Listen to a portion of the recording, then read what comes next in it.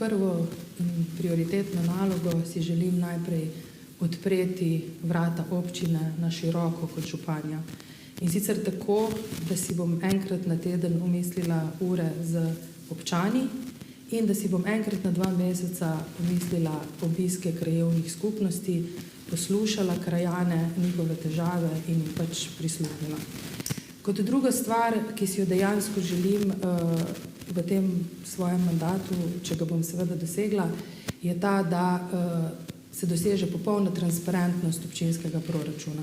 Zelo si želim, da imajo občani občine Brežice 24-urni dostop do vsake porabe proračunskih sredstev po zgledu nekaterih hrvaških občin, kar se je izkazalo za zelo uspešno.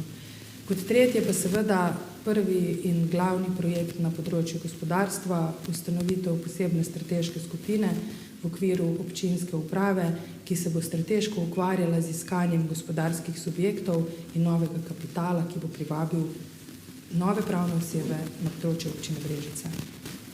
Omenili ste strateško skupino. Že imate predvidene kadre? Nekaj kadrov je že predvidenih, želim si pa sestaviti skupino iz strokovnjakov iz tega področja, iz gospodarstvenikov občine Brežice in seveda posebej zaposliti ljudi za ta namen v okviru občinske uprave. Občinska uprava to prenese finančno? Jaz upam, da. Gospod Zorčič, vaše prioritetne naloge?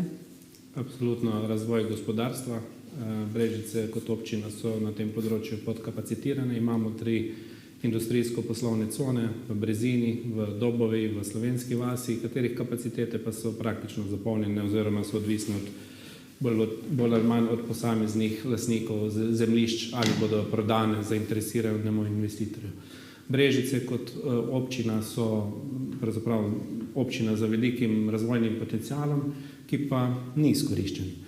Samo, če pogledamo preko občinskih meja v Krško, ugotavljamo, in to vsi občanke in občani ugotavljajo, da se Krško razvija hitreje kot Brežice, da je razvoj Krškega bolj strateški, da ima vodenje občine vizijo in to se kaže tudi v tem, da ima v primeru zainteresiranega investitorja Krško že na voljo zemljišča v ponudbo takšnemu investitorju, medtem ko Brežice ne. In jaz mislim, da je tu treba narediti en korak naprej in se najprej osredotočiti na razvoj gospodarstva, kar bo seveda potegnilo benefite tudi za preostale dele občine. Hvala. Gospod Jaz bi prvo Volan, enako repliciral, vprašanje. kar se tiče predvsem te fame o gospodarstvu. Občina Brežice je sigurno po gospodarstvu izjemno napredovala zadnje leta.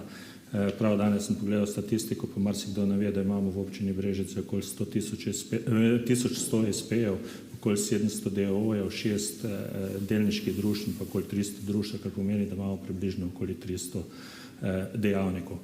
V občino Brežice so v zadnjem leti prišle podjetja, ki niso drugje morali svoje stvari uresničiti, kot je Avtomotiv, ki ni mogel uspeti ne v Trebnjem, ne v Novem mestu, ne v Semiču in je prišla firma. Prav tako je prišel Narayan iz Krškega, o katerem govorijo, da je vse super. Ustanovila se je firma CityConnect. Ogromno firm se je razširilo prav zaradi tega, ker smo jim s prostorskim plani to dosegli.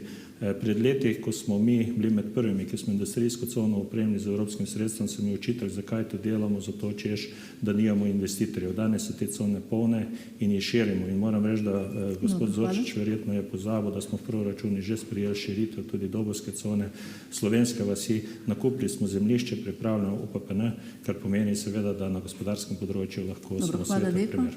Bi vas pa prosila za vašo prioritetno nalogo. Katero bo torej vaša prioritetna naloga? Glejte, jaz mislim, da občina Brežice nima nekih resnih problemov na nobenem področju, razen to, da si skozi želimo, kar pomeni seveda, da bo moja naloga nadaljevati projekti, ki so izpeljani. Bo pa ključni projekt, ne glede na to, katero od nas bo izvoljen, kako drugo leto zagotoviti plače našim uslužbencem. Treba povedati, da je za kolektivno pogodbo sprejet zakon, kjer se bo 8% povišala plača vsem javnim uslužbencem v vrtcu, v zavodi, v knjižnici, tudi na občini in pa povsod. In v občini Brežice moramo drugo leto zagotoviti dodatnih 600 tisoč evrov samo zato, da bojo bile zagotovljene plače, da bo lahko vse nemoteno delovalo. Proračun že imate sprejet? Proračun imamo sprejet, vendar bo zelo težko, kajti treba ga rebalansirati. Tu bomo morali najti kompromis, vsi, ki bomo bili v občinskem svetu, ne glede na stranke, kajti dejansko zakonske obveznosti moramo v občinskem svetu izveljaviti, ne glede nas čaka pomembna naloga.